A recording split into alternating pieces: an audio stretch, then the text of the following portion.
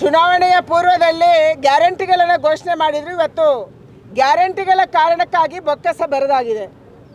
ಯಾವುದೇ ಅಭಿವೃದ್ಧಿ ಕೆಲಸ ನಮ್ಮ ರಾಜ್ಯದಲ್ಲಿ ನಡೀತಾ ಇಲ್ಲ. ನಮ್ಮ ರಸ್ತೆಗಳ ಗುಂಡಿ, ನೀರಾವರಿ ಯೋಜನೆ, ರಸ್ತೆಗಳಾಗಲಿ, ಆಸ್ಪತ್ರೆಗಳಾಗಲಿ, ಶಾಲೆಗಳಾಗಲಿ, ಮೇಷ್ಟ್ಗಳ ನೇಮಕ ಆಗಲಿ, ಅವರಿಗೆ ಸಂಬಳ ಕೊಡೋದಾಗಲಿ ಯಾವುದೂ ಇಲ್ಲ ನಮ್ಮ ರಾಜ್ಯದಲ್ಲಿ. ಎಲ್ಲವೂ ಝೀರೋ ಆಗ್ತಾ ಇದೆ. ಮತ್ತೆ ಮತ್ತೆ ನಮ್ಮ ಮೇಲೆ ಟ್ಯಾಕ್ಸ್ ಹಾಕ್ತಾ ಇದ್ದಾರೆ. ಮೊದಲ 6 ತಿಂಗಳಲ್ಲೇ ವಿದ್ಯುತ್ ದರ ಜಾಸ್ತಿ ಆಯಿತು. ಹಿಂದೆ ಇದ್ದಂಥ ವಿದ್ಯುತ್ ದರಕ್ಕೆ 1.5 ಪಟ್ಟು ಜಾಸ್ತಿ ವಿದ್ಯುತ್ ದರವನ್ನು ಅವತ್ತು ಮಾಡಿದರು. ಮತ್ತೆ ಇವತ್ತು ಜಾಸ್ತಿ ಮಾಡೋಕ್ಕೆ ಹೊರಟಿದ್ದಾರೆ. ಹಾಲಿನ ದರ ಜಾಸ್ತಿ ಆಯಿತು, ಬಸ್ಸಿನ ರೇಟ್ ಜಾಸ್ತಿ ಆಯಿತು, ಮೆಟ್ರೋ ರೇಟ್ ಜಾಸ್ತಿ ಮಾಡಿದರು, ನಮ್ಮ ರಿಜಿಸ್ಟ್ರೇಷನ್ ವ್ಯಾಲ್ಯೂವನ್ನು ಜಾಸ್ತಿ ಮಾಡಿದರು. ಎಲ್ಲದಕ್ಕೂ ಕೂಡ ಟ್ಯಾಕ್ಸ್ ಹಾಕುವಂಥ, ತೆರಿಗೆ ಹಾಕುವಂಥ ಒಂದು ಸರ್ಕಾರ ಇಲ್ಲಿ ಇದೆ.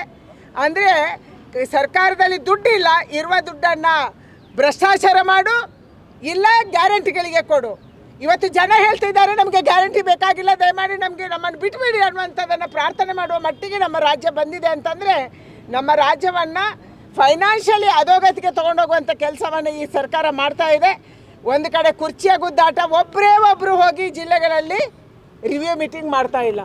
ಯಾವ ಮಂತ್ರಿ ರಿವ್ಯೂ ಮೀಟಿಂಗ್ ಮಾಡ್ತಿದ್ದಾರೆ? ಮುಖ್ಯಮಂತ್ರಿ ಯಾವ ಜಿಲ್ಲೆಗೆ ಹೋಗಿ ರಿವ್ಯೂ ಮೀಟಿಂಗ್ ಮಾಡ್ತಿದ್ದಾರೆ? ಒಂದೇ ಒಂದು ರಿವ್ಯೂ ಮೀಟಿಂಗ್ ಆಗ್ತಾ ಇಲ್ಲ. ಜನರ ಕಷ್ಟ ಏನು ಅಂತ ಕೇಳ್ತಾ ಇಲ್ಲ. ಈಗಲೇ ನಾವು ಏಪ್ರಿಲ್ನ ಮಾರ್ಚಿನ ಕೊನೆಯಲ್ಲಿದ್ದೀವಿ. ಕುಡಿಯೋ ನೀರಿಗೆ ಹಾಹಾಕಾರ ಎದ್ದಿದೆ. ಇದನ್ನು ಯಾರು ಕೇಳೋರಿಲ್ಲ. ಇಂಥ ಒಂದು ಕೆಟ್ಟ ಸರ್ಕಾರ, ದುರಾಡಳಿತ ಸರ್ಕಾರ, ಭ್ರಷ್ಟಾಚಾರ ಸರ್ಕಾರ, ಇವತ್ತು ಜನರನ್ನು ಪೂರ್ತಿಯಾಗಿ ಲೂಟಿ ಮಾಡ್ತಾ ಇರುವಂಥ ಸರ್ಕಾರ ಕರ್ನಾಟಕದಲ್ಲಿದೆ. ಇದರ ವಿರುದ್ಧ ನಾವು ಹೋರಾಟ ಮಾಡ್ತೀವಿ ಮತ್ತು ಜೋರಾಗಿ ಹೋರಾಟ ಮಾಡ್ತೀವಿ. ಸರ್ಕಾರದ ಕಣ್ಣು ತೆರಿಬೇಕು. ಸರ್ಕಾರದ ಕಿವುಡಾಗಿದೆ. ಇವತ್ತು ಕಣ್ಣು ಮುಚ್ಕೊಂಡಿದೆ, ಕಿವುಡು ಆಗಿದೆ. ಅದಕ್ಕೆ ಅದನ್ನು ಕಿವುಡುತನವನ್ನು ಸರಿಯಾಗಿ ಕೇಳಿಸುವಂಥ ಡಾಕ್ಟರ್ ಕೆಲಸವನ್ನು ನಾವು ಮಾಡೋರಿದ್ದೀವಿ.